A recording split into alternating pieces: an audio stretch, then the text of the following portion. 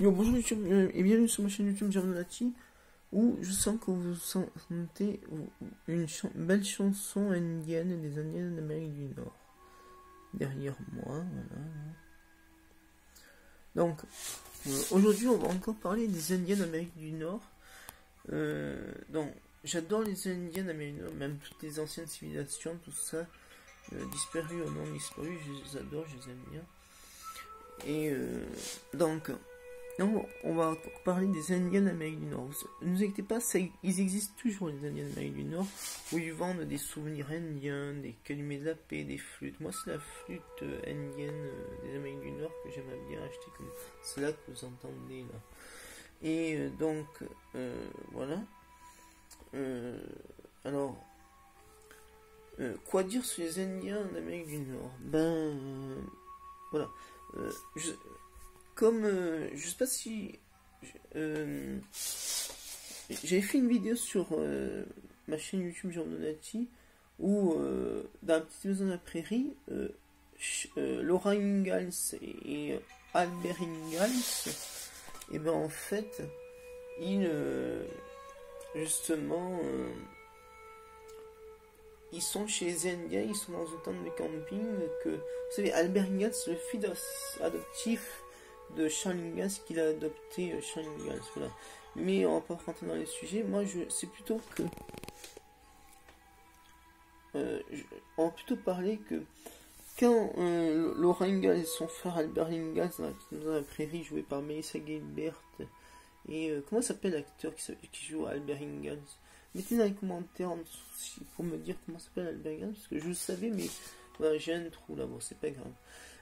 Alors, en fait, voilà. Laura Ingalls a dit à son frère Albert Ingalls, t'as faim? Albert Ingalls dit, ouais, j'ai tellement faim. Et en fait, Albert Ingalls, il dit, ça, j'ai tellement faim en mangeant ce qu'ils lui ont donné les Indiens, qu'il a dit en même temps, j'ai tellement faim que je mangerai même un chien dans l'épisode, il dit. Et Laura Ingalls lui dit, c'est du chien en fait, ce que tu manges. Et c'est vrai qu'Albert Ingalls, il pose son assiette en bois avec le chien dedans, l'air de dire que ça le dégoûte. Voilà.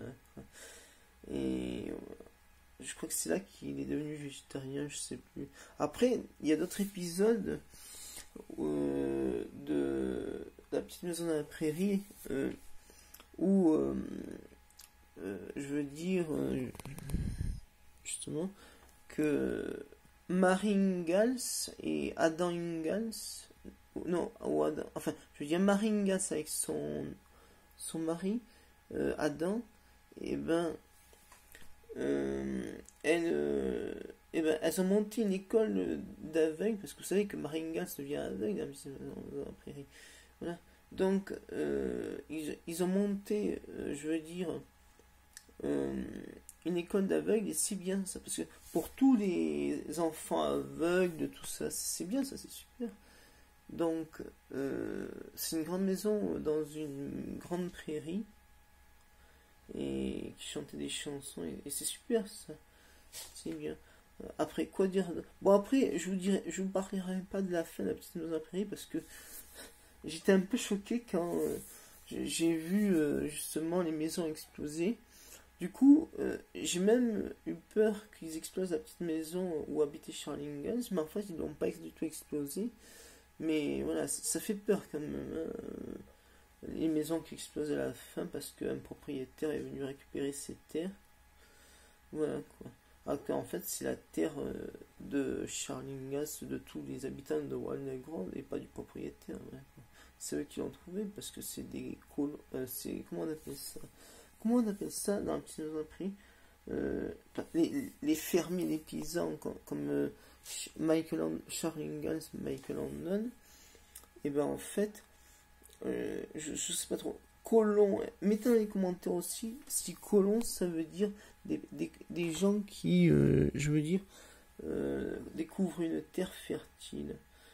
Voilà, bon j'en dirai plus sur la petite maison à la prairie au fur et à mesure, parce que vous savez, je vais acheter toute la série, mais elle est chère la série.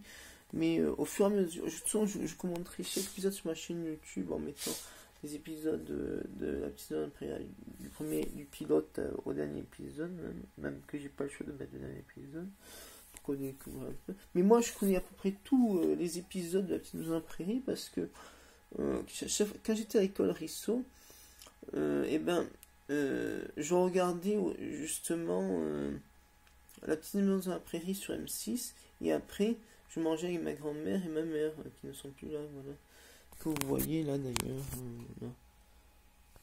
Et donc